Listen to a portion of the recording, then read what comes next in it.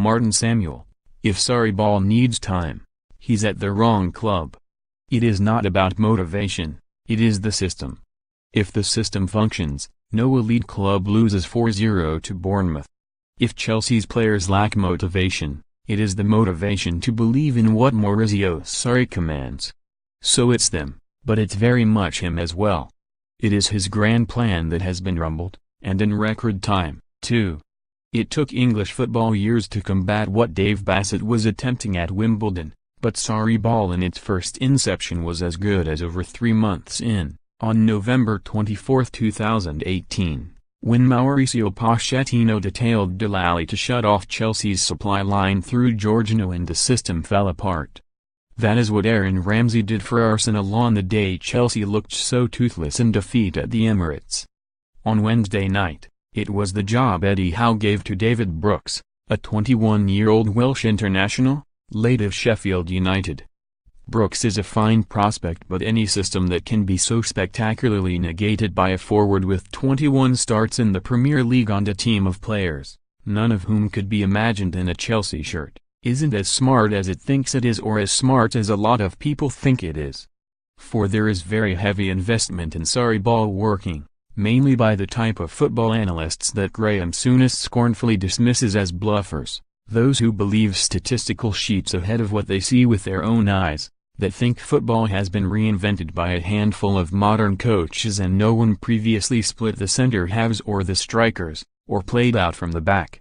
Malcolm Allison was coaching goalkeepers to kick the ball properly and pass, better to start a quick counterattack, 50 years ago. There is very little that is new under the sun. It comes as a surprise to the bluffers when Luka Modric stands up having won the Ballon d'Or and thanks, not Zinedine Zidane or some obscure European coach with a cult philosophy and a spread of disciples, but Harry Redknapp for changing his position and his game. Equally, while Pochettino undoubtedly showed the way, it was Howe, an English coach quietly working a minor miracle on the South Coast, who took Chelsea apart with inferior players. Yet you won't have to look far on Friday morning for a well-constructed treatise on how the critics are wrong about Sarri-ball, how much time it takes to work and how Jorginho is actually having a wonderful season, despite increasing evidence to the contrary.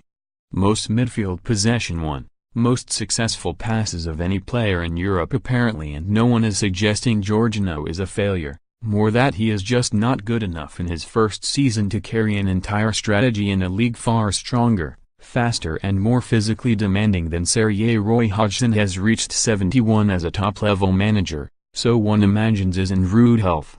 If you want to test his blood pressure, however, start tossing out statistics without context.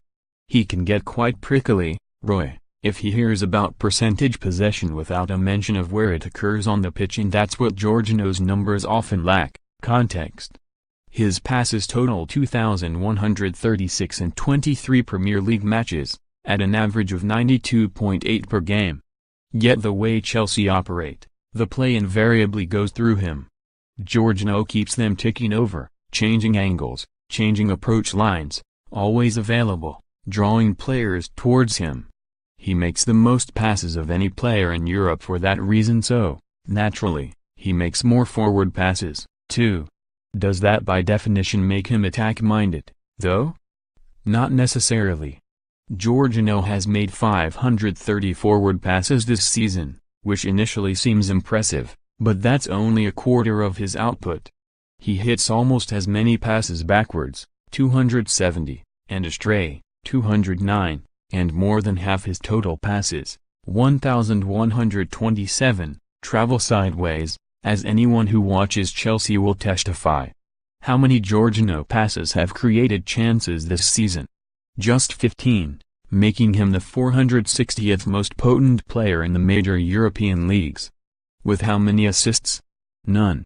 The counter-argument is that Jorginho is not there to play that final, killer pass, but to light the fire, to keep the Sarri-ball bouncing. Yet what of Chelsea when this doesn't happen? What is the strategy when Jorginho is removed from the game by a manager such as Howe, who might not have a philosophy named after him, but seems to know his football just the same? Is Sarri a genius or a myth? If he is such a great coach, Why can't he keep David Luiz's head in the game? Why can't he get Willian playing as he did under Jose Mourinho? Why can't he adapt and get the best from N'Golo Kante? If Sarri is the master coach, why does he have a single way of setting up? Most worryingly, if Sarri-ball needs time, then he is at the wrong club, because time is the one luxury Chelsea managers never get. Not from the players, certainly not from the owner who has now suffered his first defeat by a 4-goal margin since arriving at Stamford Bridge in 2003. Equally, if Sarri truly believes motivation is Chelsea's only problem, that is problematic, because it sounds as if the willingness to make even a small alteration is not there. So Chelsea sink or swim as they are. That may make Sarri a principled coach, but it doesn't necessarily make him a great one. That the dead hand of Stan Kroenke's stewardship has not been able to prevent the Los Angeles Rams contesting the Super Bowl on Sunday is testament to the rules the NFL have in place to ensure open competition. If similar incentives were in place here, there might be hope for Arsenal. Too bad they are part of the protectionist cartel, seeking only to keep an established elite in place. Sadly, Neil Warnock still feels guilt over not inviting Emiliano Sala to Newcastle 2 weekends ago. Had he gone, had he made the trip to watch his new Cardiff teammates, then Sala would not have returned to Nantes to say goodbye to old friends and would not have disappeared from the radar in poor weather, inside a small plane, with its pilot Dave Bassett. Deep down, Warnock must know he isn't really to blame. It's sliding doors. Whenever a tragic event occurs, we imagine the twists and turns, the little decisions that could have prevented it. That train which was missed, the one that was caught, how different would a life have turned out? Had Warnock insisted his new signing traveled north with the team, he would have saved him, but how could he have known that? The night Harry Redknapp's best friend from Bournemouth, Brian Tyler, died in a road accident, the pair had swapped seats on their minibus. Redknapp had kept the group waiting and, to jokingly punish him, Tyler took his favorite pew. Redknapp survived the head-on collision, Tyler died. It took him a long time to come to terms with that. There have been all manner of reports emanating from Cardiff since Sala's disappearance, that the club will demand an investigation into how their player came to be flying in an unsuitable craft in treacherous conditions, that they are considering a compensatory claim of negligence to recoup £14 million losses. Warnock, understandably, does not appear very interested in any of it. Yet there will be an appropriate time for reflection one day, not just for Warnock, or Cardiff, but for everyone in football, and a question that may be asked is, when football clubs invest in employees to the tune of millions of pounds, is it not strange that they do not also assume control of other areas of their professional lives? Cardiff offered to bring back Sala from Nantes, but would only do so on commercial flights.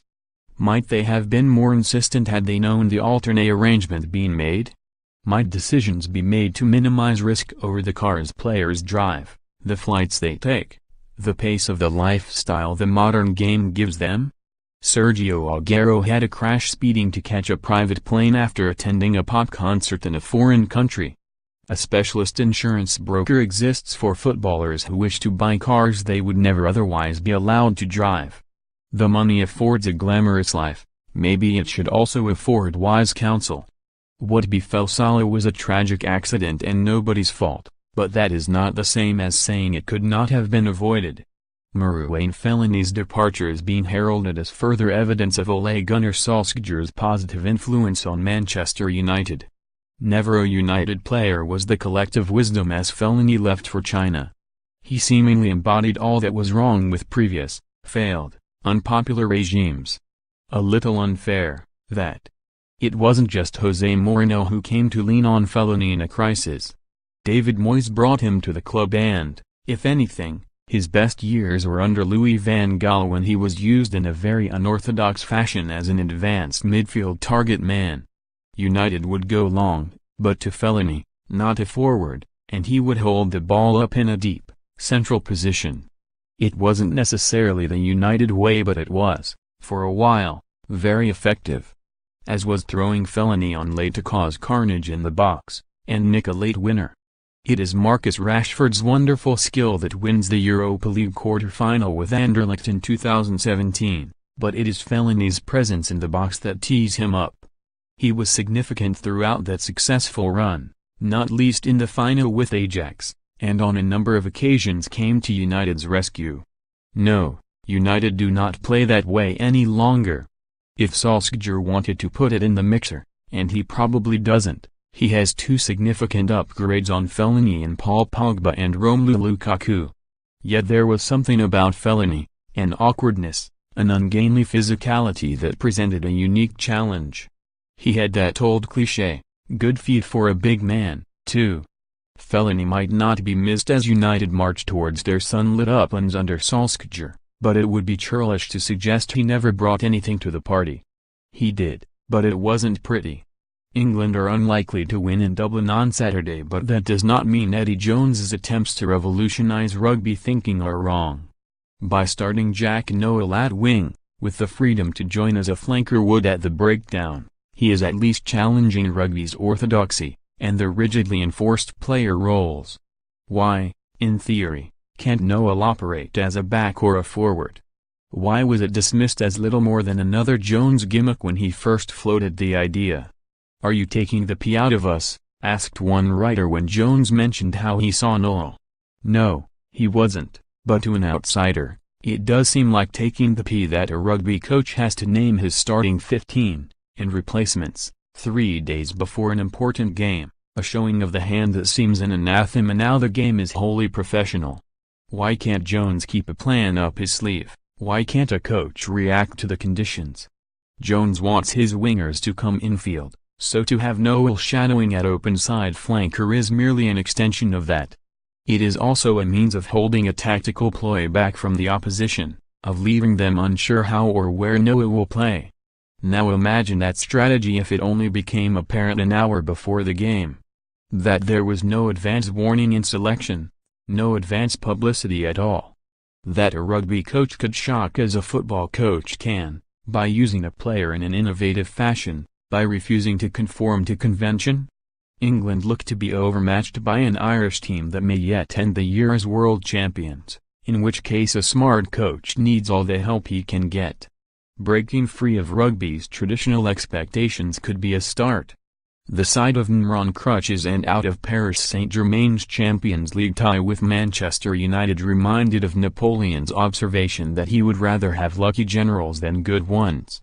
Maybe, in Ole Gunnar Solskjaer, United have unearthed both.